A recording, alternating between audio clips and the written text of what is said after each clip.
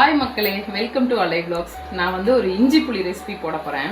ஏன்னா கமெண்ட்ஸில் வந்து எனக்கு நிறைய கேட்டாங்க, சிஸ்டர் போடுங்க இஞ்சி புளியோடது போடுங்க அப்படின்னு. ஏன்னா ஓணம் வருது, நான் வந்து ஆல்ரெடி பண்ணி வச்சுட்டேன். இப்போ வந்து கொஞ்சமாக நம்ம வந்து இந்த வீடியோக்காக நான் பண்ணுறேன். நேற்று நான் பண்ணது வந்து அது வந்து ரெசிபி எடுத்து போடணும் அப்படின்னு பண்ணல. ஏன்னா ஃபஸ்ட் டைம் நான் பண்ணுறேன். சரி எப்படி வருமோன்னு தெரியாது, பண்ணதுக்கப்புறம் பார்த்துக்கலாம் அப்படின்ட்டு. அதுக்கப்புறம் பண்ணதுக்கப்புறம் தான் தெரிஞ்சது அவ்வளோ சூப்பராக இருந்துச்சுங்க. சரி அது மறுபடியும் ஒரு தடவை கொஞ்சம் கூட நம்ம பண்ணிக்கலாம் அப்படின்னு சொல்லிட்டு வாங்க இன்னைக்கு நம்ம இஞ்சி புளி நான் ரெசிபி போடுறேன். சரிங்களா, அது வீட்டில் பண்ணி பாருங்கள், உண்மையாகவே சூப்பராக இருக்கும். இது பெரிய வேலையெல்லாம் ஒன்றுமே கிடையாது. நம்ம கிட்ட இருக்கிற சாதாரண இன்க்ரீடியன்ஸ் வச்சு தான் நம்ம வந்து இஞ்சி புளி பண்ண போகிறோம். சரிங்களா, வாங்க பார்க்கலாம். பாருங்கள், நான் ஒரு சின்ன பீஸ் வந்து ஒரு வெல்லம் போடுறேன். சரிங்களா, இந்த வெல்லம் வந்துட்டு ஒரு 1/4 கிளாஸ் தண்ணியில் நம்ம வந்துட்டு இது வந்து கொதிக்க வச்சுக்கலாம். இது வந்து நல்லா வந்து கொஞ்சம் கட்டியாக வரணும். அப்போ தான் வந்து அந்த புளியில் வந்து ஊற்றும் போது கொஞ்சம் இனிப்புத்தன்மை தெரியும். இஞ்சி புளிக்கு என்னென்ன வேணுங்கிறது நான் வந்து இதில் காமிக்கிற பாருங்கள். ரொம்ப சிம்பிள் தான். இதில் வந்து நல்லெண்ணெய் ஊற்றுறவங்களும் ஊற்றலாம். நான் வந்து தேங்காய் எண்ணெய் ஊற்றுறேன். சரிங்களா, கொஞ்சமாக தேங்காய் எண்ணெய், கொஞ்சமெல்லாம் நமக்கு வேணுங்கிறத போட்டுக்கலாம். நான் கொஞ்சம் நல்லாவே ஊற்றுறேன் தேங்காய் எண்ணெய். சரிங்களா, எண்ணெய் அந்த எண்ணெயோடது இருக்கணும் கொஞ்சம், அப்போ தான் நல்லாயிருக்கும், கெட்டு போகாமல் இருக்கும். எண்ணெய் வந்து கொஞ்சம் நல்லா காயணும். காஞ்சதுக்கப்புறம் நம்ம வந்து தேவையான இன்க்ரீடியன்ட்ஸ் நான் சொல்கிறேன். இதுக்கு மெயின் வந்து கொஞ்சம் கடுகு நல்லாவே போடணும். இஞ்சி வந்து நான் கொஞ்சம் சாப் பண்ணி வச்சுருக்கேன். சிலவங்க வந்து பீஸாக போடுவாங்க. நான் வந்து கொஞ்சம் சாப் பண்ணி இதாக கொஞ்சம் வாயில் போட்டாலும் கொஞ்சம் இதாகிற மாதிரி இந்த மாதிரி குட்டி குட்டி பீஸாக நான் பண்ணி வச்சுருக்கேன்.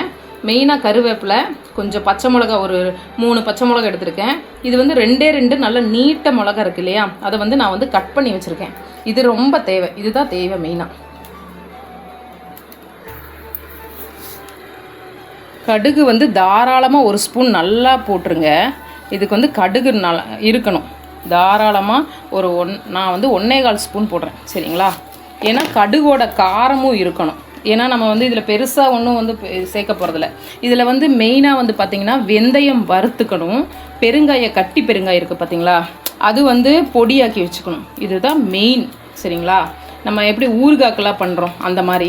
ஆனால் ஊறுகாக்கு வந்து நம்ம கடுகு வறுப்போம், இதுக்கு அப்படி கிடையாது.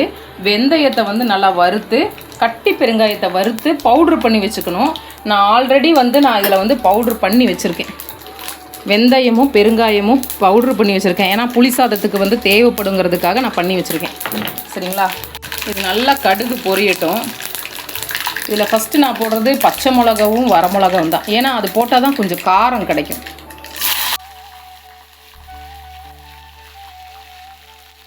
வந்து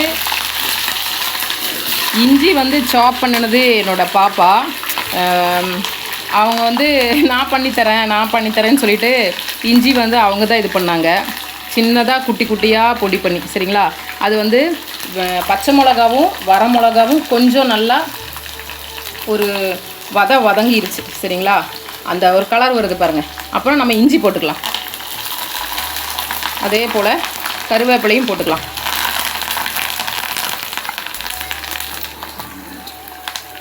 இந்த டைமில் நம்ம கொஞ்சம் உப்பு போட்டுக்கலாம். நான் 1 ஸ்பூன் உப்பு போட்டுக்கிறேன். உங்களுக்கு தேவையான அளவு உப்பு போட்டுக்கோங்க. சரியா,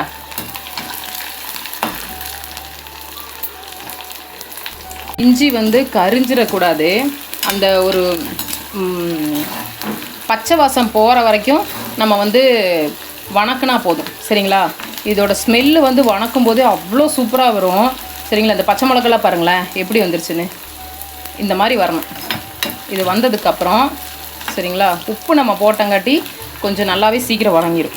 அப்போ நம்ம வந்து புளி வந்து தேவையான அளவு எடுத்துக்கோங்க. நான் வந்து ஒரு சின்ன பீஸ் போட்டிருக்கேன். சரிங்களா,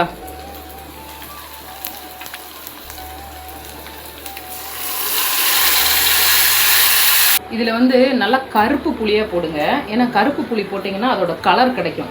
எங்கிட்ட வந்து புது புளி, நான் இந்த தடவை இந்த ஆடி மாதத்துலலாம் புளி மல்லி மிளகெல்லாம் வந்து வாங்குவாங்களா, அப்போ வாங்கினங்காட்டி அந்த புளி வந்து வெள்ளை புளி மாதிரி இருக்குது. அதனால் அந்த கருப்பு வர்றதுக்கு வந்து நான் கொஞ்சமாக ஒரு இத்தினூண்டு நான் மஞ்சத்தூள் போடுறேன். வர்றதுக்காக போடுறேன். உங்கள் கிட்ட கருப்பு புளி இருந்துச்சுன்னா நீங்கள் போட வேண்டாம். சரிங்களா, என்கிட்ட இல்லை, அதனால் நான் போடுறேன். இதில் வந்து ஒரு சைடில் வந்து இந்த வெல்லம் வந்து அந்த 1/4 கிளாஸ் தண்ணி ஊற்றி ஒரு சின்ன கட்டி வெல்லம் நான் போட்டேன். அது நல்லா கொதிச்சுக்கிட்டு இருக்குது. அது நல்லா கொஞ்சம் கம்பி பதமாக கொஞ்சம் கட்டி ஆகணும். அந்த தண்ணி வந்து கொஞ்சம் கட்டி பதத்துக்கு வரணும். அப்போ எடுத்து நம்ம இதில் ஊற்றிக்கலாம். சரிங்களா? இதில் வந்துட்டு இந்த டைமில் வந்து நம்ம இந்த வெந்தயமும் பெருங்காயமும் இருக்குது பார்த்தீங்களா, அதை வந்து கொஞ்சமாக போட்டுக்கலாம்.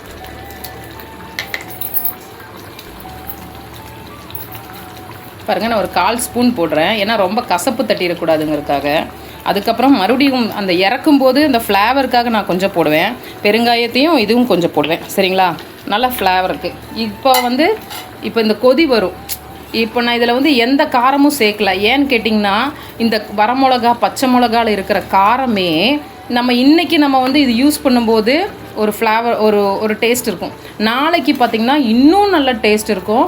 இது வந்து என்ன பண்ணணும்னா, ஒரு கண்ணாடி கிளாஸில் வந்து ஸ்டோர் பண்ணிவிட்டு அப்பப்போ வெயிலில் வச்சு எடுங்க. ஏன்னா எங்கள் பாட்டியெல்லாம் அப்படி தான் பண்ணுவாங்க. வெயிலில் வச்சு எடுத்தோம்னா கெட்டு போகாதுன்னு சொல்லுவாங்க. கண்ணாடி கிளாஸ் இருக்கணும், அதில் வந்து ஸ்டோர் பண்ணிக்கோங்க. சரிங்களா? பாருங்கன்னா கட்டி ஆகுது.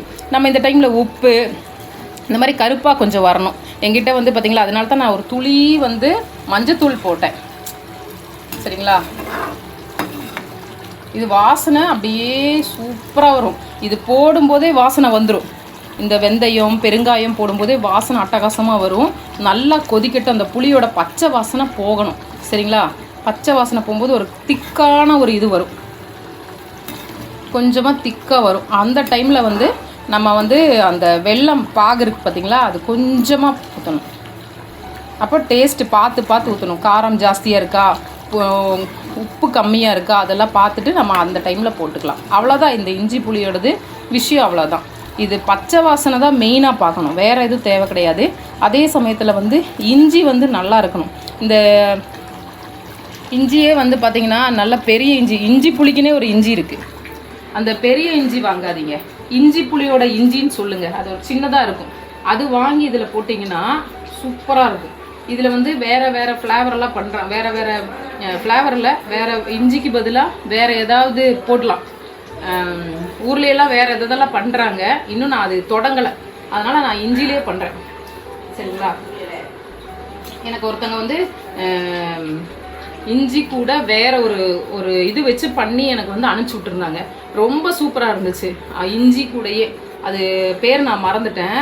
இந்த இஞ்சியோடதுலேயே ஒரு சின்ன பீஸாக ஒரு பச்சை கலர் ஒரு தண்டு போட்டு பண்ணியிருந்தாங்க. அந்த பேர் நான் மறந்துட்டேன். அவங்கக்கிட்ட கேட்குற அது பேர் என்னன்னு. அவங்க அது பண்ணியிருந்தாங்க. அருமையாக இருந்துச்சு. அது மறுபடியும் ஒரு ரெசிபி நான் போடுறேன். சரிங்களா? பாருங்கள், இது கட்டி ஆயிடுச்சு. தெரியுதா? இது பாருங்கள், கட்டி ஆகுது பார்த்தீங்களா? இன்னும் கொஞ்சம் கட்டி ஆகணும். சூப்பர்.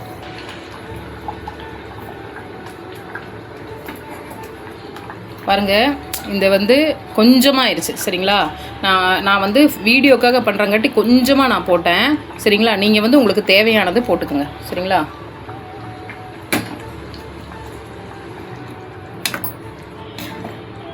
இது நல்லா வத்த விட்டு அந்த எண்ணெய் பிரிஞ்சு அப்படியே மேலே கட்டியாக வரும். சரிங்களா? மக்களே பாருங்கள், இஞ்சி புளி வந்து நல்லா சுண்டி எண்ணெய் அப்படியே பிரிஞ்சு வந்துருச்சு. அடியில் வந்து இஞ்சி புளி, கீழே மேலே எண்ணெய். பார்த்தீங்களா? இதா இதா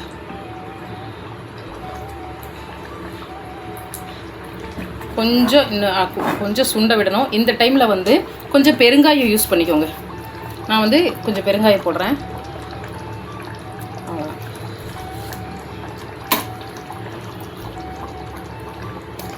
லாஸ்ட்டாக அந்த வெந்தயமும் கட்டி பெருங்காயம் இருந்துச்சு பார்த்தியா, அது ஒரு பிஞ்சு கொஞ்சமாக ஒரு துள்ளி அப்படியே போட்டேன். அவ்வளோதான். இது நல்லா கலக்கி விட்டால் முடிஞ்சு. அவ்வளோதான், இஞ்சி புளி அவ்வளோதான், வேலை முடிஞ்சு. இது கொஞ்சம் கட்டி ஆயிரும். ஆஃப் பண்ணி வச்சிங்கன்னா இன்னும் கொஞ்சம் கட்டி ஆயிரும். சரிங்களா? இப்போ நான் டேஸ்ட் பார்க்கட்டா?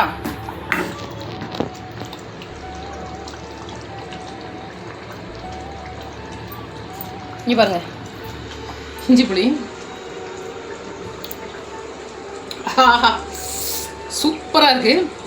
இந்த இது செஞ்சு பாருங்கள். உண்மையாகவே இந்த ஓணத்துக்கு நல்லாயிருக்கும். ஓணத்துக்குன்ட்டு இல்லை, சும்மாவே அப்படியே நல்லா இருக்குங்க. நான் இன்னொரு தடவை கூட இப்போ இந்த கரண்டி யூஸ் பண்ண மாட்டேன், அப்புறம் வேறு கரண்டி தான் யூஸ் பண்ணுவேன்.